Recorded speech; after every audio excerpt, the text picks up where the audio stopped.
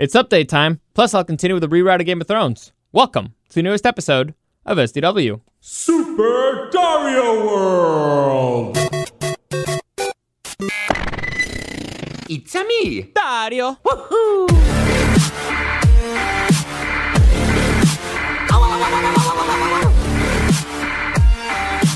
Let's go! Alright, so the theme for this week is optimization.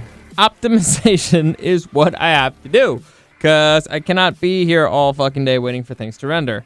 Now, as I announced last week, I will be doing a podcast in Spanish. I will start this week. I'm not exactly sure what day it'll be done yet. I know it can't be today. Today I'm going to keep things a little bit short because I got to edit out Bombed at the Beach, which I did this weekend, and it was a lot of fun. I think it went great. But yeah, I need to wait for that one, because the problem here is time. I don't have enough time. I actually added another job over the week. The restaurant that I work for is opening up a new location, and I was invited to be a part of it, and I said yes, because they want somebody who's reliable and who can train people and stuff like that, who's, stuff like... Point is, I accepted, and so now I have even less time than I had before. Plus, I'm going to do another podcast. So, yeah, optimization is the theme of the week. So, update on the Spanish podcast. It will come out sometime this week. I'm thinking a good thing to do would be probably to release it on Saturday or Sunday, to make it like a special weekend thing.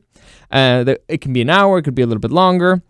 But if I'm trying to do something, and if it works out, I might even be able to do like a daily thing, kind of like this one, like a quick little 10, 15, 20 minutes a day. So what I've been trying to do all week, all last week, is optimize my time. So one of the things that I did is I quit my gym. No, this does not mean that I decided I'm going to stop working out in general, because actually I kind of took a step back. After my lizard got lost, I spent most of my time just hanging out around the house, checking out my traps. Like I did not want to leave my house for a really long time. I wanted to make sure I was there in case anything happened, in case anything showed up. So it was just money down the drain. And I did a bunch of research and about machines and all that stuff. And turns out that, well, machines, you shouldn't really be using machines because they can injure. Some of them are good, but most of them, since your body's locked in a position, you get injured and stuff like that. So I decided, you know what? I'll do mostly stuff that's free weights, right? So I don't want to get too technical into that stuff.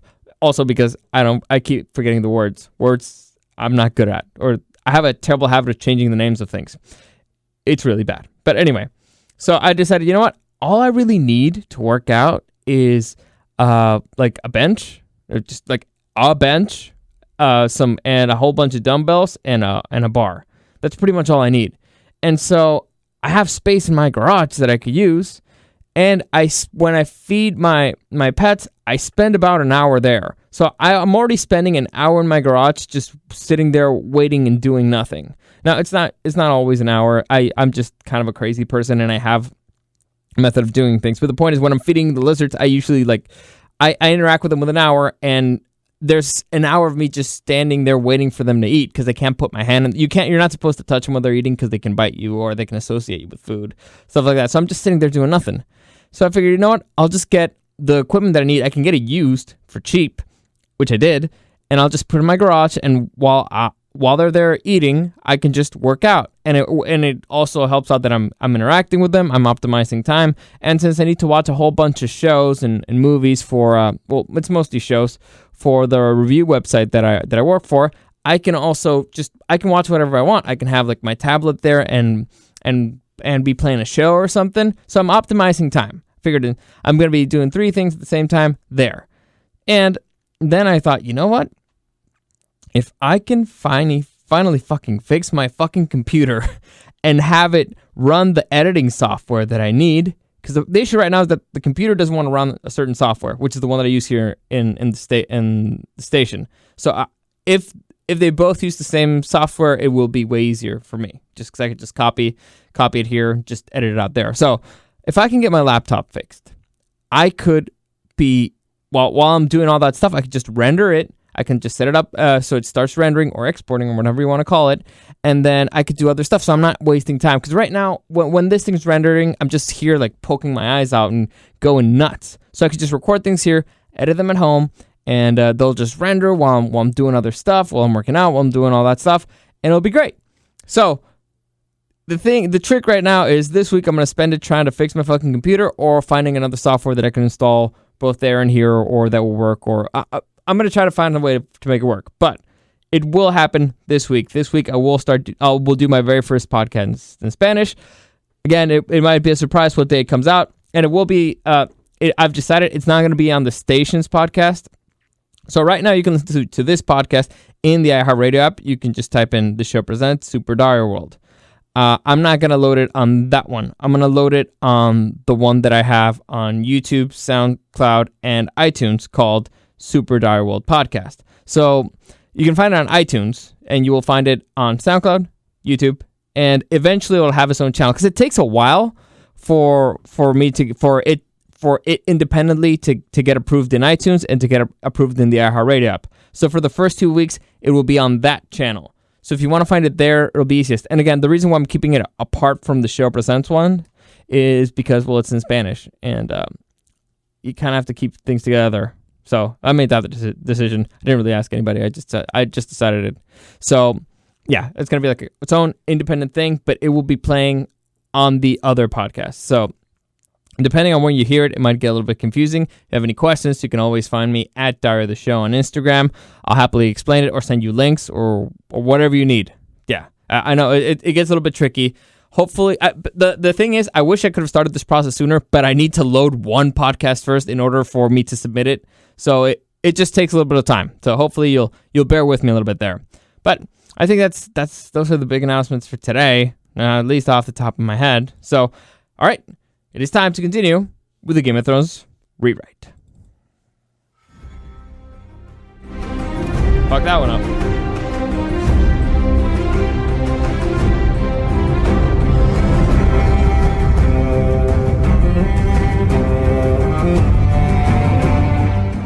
All right, so last time we're in the battle for the Stormlands, right? That's where we are right now. Jaime Lannister versus Tyrion Lannister fighting for the Stormlands, and Daenerys had started her invasion of the Stormlands. And so what happened here, or last episode, and I had a lot of people ask me certain questions, like how does this logistically make sense? I don't know. They would have set up defenses and all that stuff, and I agree, except for one tiny little thing. Tyrion and Daenerys' forces, they were kind of too cocky. The issue here is that they got caught with their pants down, and they hadn't set up a base on that side of the Stormlands because they didn't anticipate staying there that long. They were just gonna, everything was gonna be set down. You know, all the supplies and everything they're gonna need is going to be delivered there, all the forces, and then they're just gonna move immediately because they need to catch up with the Dothraki who are crossing through the Boneway. So they never really expected to be attacked because they're like, we have a fucking dragon here. Nobody attacks you if you have a fucking dragon. They at best try to defend, and because it's fucking terrifying. The dragons are fucking terrifying. So they didn't expect the boldness of the Lannister attack. Also, Tyrion thinks that he's way smarter than Jaime. Jaime proved that he could be sneaky, that he could be secretive, that he could outmaneuver Tyrion. And so that was all. It was a lot of hubris going on. Tyrion thinking that he's smarter, them thinking that they had the bigger army, so that there's no way that they were going to be attacked. There was going to have to be the best that they could do is set up a defense. So that's how they caught them with their pants down, and it hurt a lot. Drogon got shot with a ballista, and I'm sorry, right? Again, blanking out names. But the Dornish forces, they got beat the shit out of them. Not all of them, because they hadn't all crossed through the other side of the sea. They hadn't crossed over from Dorne. The Unsullied took also a hit, and the big thing is that they're cut off. Right now, Tyrion and his remaining forces are cut off from the rest of the army. They're cut off from their supplies. They're cut off from communication. So they're in a very precarious position. Now, at the same time, the thing that started all this was Daenerys ordering ordering Drogon to burn the Maesters because she got a letter saying that Randall Tarley betrayed the Tyrells and they took over Highgarden. Now, again, and that's the reason why she burned everybody was because Sam Tarley, the son of Randall Tarley, was standing right next to Drogon, and she was like, "Oh shit, this was a trap. This was all like a Tarley plot to get at my dragon and my allies." So, Sam got it, and Drogon gets shot by a ballista because, oh god, there's a lot of things to explain. But anyway, because at that time, Davos Seaworth has managed to sneak by the bay and the Bay of Dorne, and just the Sea of Dorne. The Sea of Dorne, and they snuck in through the night with a ship that had a ballista, and they managed to get him with Bronn on the ship. They managed to get Drogon. Anyway, so Drogon flew the fuck out of there with Daenerys, and that's where things stand on that side. It was a complete and total Lannister victory. Jaime beat the shit out of that side, being sneaky as fuck and very, very clever and very, very strategic. Now, on the other side, what happened was Randall Tarley, the commander of the Tyrell forces, because he is considered to be the best general, the best living general in Westeros. Before, it used to be Stannis, but in this timeline, Stannis is Dunzo. So Randall Tarley is the best living general at this point. He's the only guy ever to beat Robert Baratheon in battle. Fun fact. I mean, a big field battle, not just one-on-one. Yeah, only guy ever to do that. So he's considered to be the best general in Westeros, and he was pretty much recruited by Cersei to join their side, to betray the Tyrells and to join her side, and she promised him to become the Warden of the Reach. So he would become the warden of all. He would take pretty much the Tyrell. His house would take the Tyrell post. They would take Highgarden, and he was also convinced by the fact that you got 100,000 Dothraki coming into Westeros. They're being brought in by Daenerys. You don't want to be allies with those people. Dothrakis are barbarians. They will eat and pillage and plunder everything. They're savages. So you don't want them here.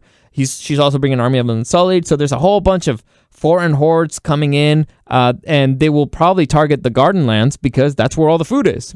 And they're not going to go to the north because the north sucks. There's nothing there. You can't feed 100,000 horses, men, and women in the north. You can only do it in the Garden Lands. So that's the area that's going to be the hardest hit. So Randall Tarley accepts Cersei's offer. He betrays the Tyrells, but before, they were collecting all the armies at Highgarden, and so that's when he unleashes their coup. So they do a coup right then and there, and Olenna Tyrell has enough time. She barricades herself. That's the Queen of Thorns. She has enough time to barricade herself and write out a few letters to Daenerys, to a whole bunch of other people, letting them know that, hey, we've been betrayed. Randall Tarley betrayed us. So Randall Tarley easily takes control of Highgarden, kills a few of the faithfuls. Everybody else in the Garden Lands declares for him, and they set off to attack the Dornish forces. Well, I'm sorry, not the Dornish forces, the Dothraki forces that are in the Boneway. Now, why the rush to attack them there? Why not wait to have like an actual battle or something? It's very important for Randall Tarley to hit the Dothraki while they're still in the Boneway. Now, I don't know how much you know about military strategy or history, but you probably, at one point of your life, heard of the Golden Horde, the Mongolian horde, who conquered pretty much all the known world. Well, not the only, but I think it's the largest land empire in the world. And the reason why they conquered everything is because, well, it was a lot of reasons, but one of the big reasons they managed to conquer pretty much the whole known world is that they had a thing called cavalry archers, or arched cavalry, depending on how you want to say it. And that pretty much means is you got an archer who's riding on a horse. And you're thinking, how is that better than anything else? Well, think about it. Horses move pretty fucking fast. And if you're being shot at by another archer who's standing still, who kind of has the advantage? The one who's moving around on a horse, hard to hit, or the guy who's just standing still? The guy who's standing still is way easier to hit. especially if you're moving, or if you can just run at them and hit them with the sword. So you have the advantage against range. So any range weapon that you have, call it artillery, call it call it archers, call it anything you want. You have advantage there. Also, how do you usually defend against cavalry? You make a shield wall, you have some spears, and when they come at you, they hit the spears. So you need a little bit of range. That's how you usually defend against cavalry. But what do you do if the cavalry is on a fucking horse? Cavalry's on a fucking horse. I'm an idiot. What do you do if the cavalry has ranged weapons, which is so they have like a bow and arrow. So instead of running at you, they'll run around you and they'll just shoot you. Now I don't know if you know this, but shields can only guard you one way. So if you got a whole bunch of horses running around you, they'll get you from the back. So it's very easy to expose. Cavalry archers destroy armies. They just destroy traditional military warfare. It's nuts. Like in medieval, if you've ever played the game Medieval Total War, it's nuts going up against the Golden Horde. It's not fun. A friend of mine once said he claims he figured out a strategy to do it. I don't believe him, but I didn't see it in action either. But anyway, the point is, not easy to do. Even in this world, we don't really know how to deal with them yet, or in a way that actually made any sense, or that it could be successful. Anyway, where was I? Yeah, so the Dothrakis are pretty much Mongolians. George R. R. Martin based the Dothraki on Mongolians. They live on their fucking horses, they ride everywhere, and they are cavalry archers. So that makes them extremely, extremely dangerous in an open field. So the Boneway is a path between mountains. So if Randall Tarley can manage to find a way to cut them off there, or just ram them through, because with his heavy cavalry just going straight at them, while they can't run away, they can't disperse and hit you from a distance, he can make some serious fucking damage. So he sends out all of his fucking cavalry to the Boneway as quickly as possible. Also a whole bunch of archers, and they try to get there as quickly as possible just to hit them. Now, the Dothraki are being directed by I'm forgetting the name, by Olenna Martell. Well, not Martell. Alara Sand, one of the sand snakes, the ugly sand snake. Obara Sand. Jesus Christ, I need to start writing the names down. Obara Sand and Varys. Now, unfortunately for Randall Tarley, Varys is the Lord of Spiders. He has a whole bunch of spies everywhere, and as soon as Highgarden was even starting to be taken, he got wind of it. So he got a bird with a letter saying that, yeah, you get the fuck out of there. You're about to get hit. So Varys tries his very best to get as many Dothraki just to rush through the whole freaking Boneway, get out of there as fast as possible. Unfortunately for him, the Dothraki, it's 100,000 Dothraki. You can't move that fast. You can't really rush if you're in a confined space. Also, half of them are women and children. Over half of them. It's 100,000 Dothraki. Daenerys took all the Dothrakis, not just all the Dothraki soldiers. She took all of them. And so, there's weak, there's sick, there's wounded, there's old, there's people who can't ride anymore. So, it's not a good situation for them. They're trying to, the screamers, the soldiers, the hell, they're trying to get there as fast as possible. They know they can't. So, while they're in the process of trying to get out of there as fast as possible, they get caught up by the Reach forces, Randall Tarley and his forces, and they get hit hard. And I mean hard. They get bum rushed. And imagine freaking Lord of the Rings. when the Rohirrim just hit the armies of Mordor, just boom, cutting through them like ceviche. Because a heavy cavalry horse against a light cavalry horse is not a good day. It's not a good day. And the Dothraki are light cavalry. And they're just crushing them. And instead of going and continuing fighting with all the soldiers, he redirects his forces to go into the Boneway and just keep taking everybody out. So a lot of the soldiers are out. But all the rest of the Dothraki, they're still freaking in there. So they're going and they're getting hit hard. Now, at this point, Varys is trying to figure out a way to kind of keep things together. Obara has kind of freaking lost it because they won't listen to her because she won't speak her language. She's just trying she's the guide. She's trying to guide Varys in which direction to go. Varys smartly decides, you know what? Let's go into instead of going into the Stormlands, into the north, which we're supposed to go, let's just cut east and go into the Gardenlands. So they're hitting us, we're going to hit them. And the fact that they see us heading east is going to kind of freak them out a little. They're going to be like, oh crap, I got to cover my rear. My rear is really exposed right now. We ran here so fast, so hard that we exposed ourselves. So while he's doing that, the Reach force is already too committed, like to turn around and get them.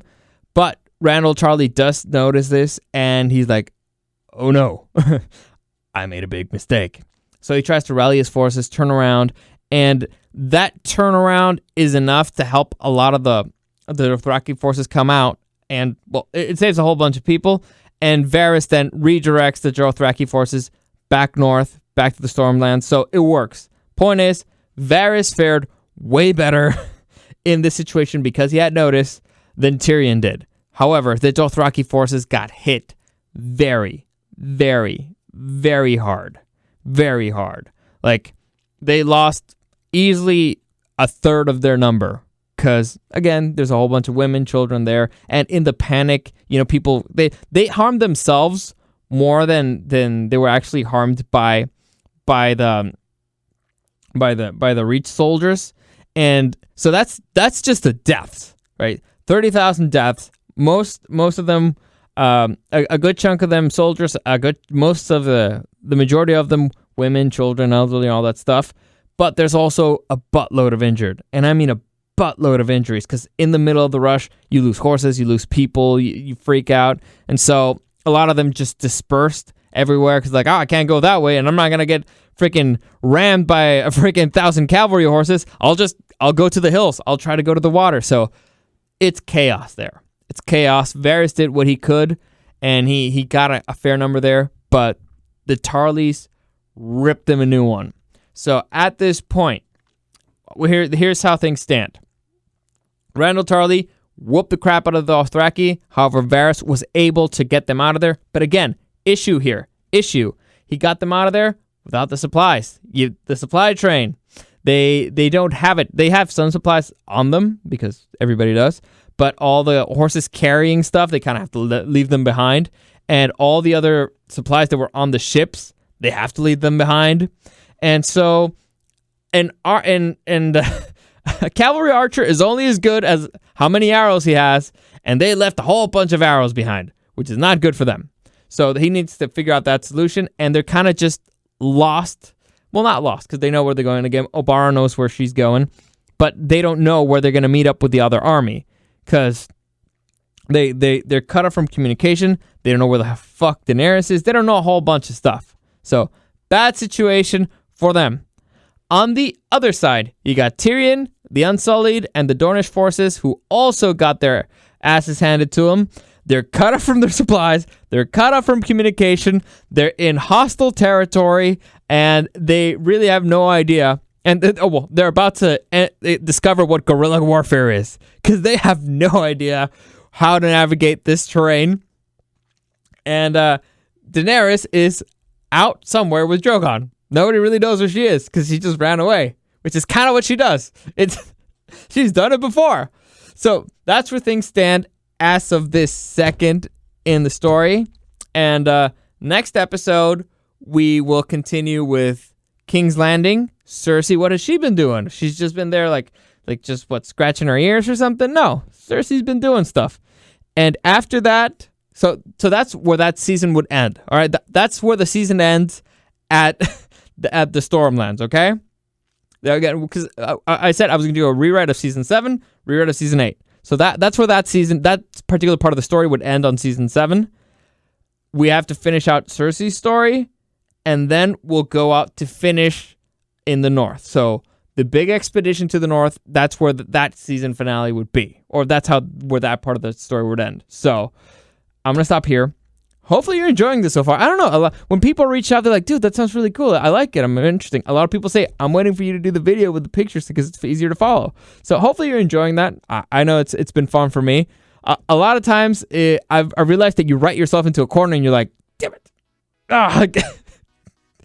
No wonder freaking George hasn't finished the books. This is hard. If you want to keep things realistic, it's really freaking hard. So that's it for today. Any comments, questions, suggestions, you can find me at Dario the Show on Instagram. As always, thank you for listening, and I'll see you again tomorrow.